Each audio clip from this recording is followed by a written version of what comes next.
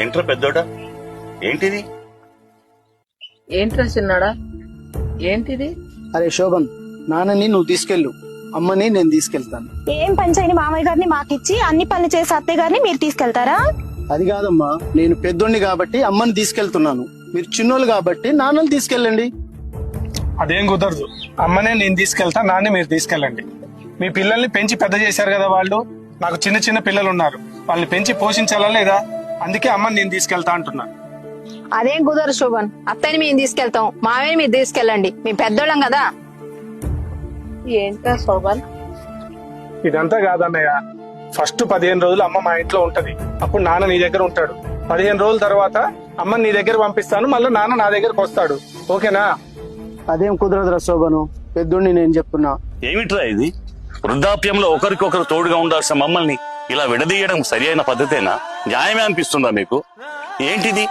ఎరా శోభన్, పెద్దోడా, మనిషి అనుకుంటున్నారా మరా మిషన్ అనుకుంటున్నారా? మీరు మనిషిలా చూడండి రా. పెద్దోడా చిన్నోడా, గుర్తుందా? చిన్నప్పుడు నేను కథలు చెప్తానని ఇద్దరు కొట్టుకునేవాళ్ళు, నా దగ్గర పడుకొని కథలు వినడానికి. ఇప్పుడు ఏమైందిరా? కాలేజీకి వెళ్లే టైంలో కూడా నేను డాడీ పార్టీ అంటే నేను డాడీ పార్టీ అని కొట్టుకునేవారు. ఇప్పుడు ఏమైపోయిందిరా మీ ప్రేమంతా? నా కోసం అప్పుడు కొట్టుకున్నారు, ఇప్పుడు కొట్టుకుంటున్నారు. కాకపోతే అప్పుడు నేను కావాలని, ఇప్పుడు నా అవసరం లేదని. ఎంతవరకు కరెక్ట్ రా? అంశాలకు చూపించే ప్రేమలు మాకు అవసరం లేదురా. మా మానాన్ని మమ్మల్ని వదిలేయండి, మేం కట్టుకున్న ఇంట్లో మేము ఇక్కడే చచ్చిపోతాంరా. మాకు అవసరం లేదు.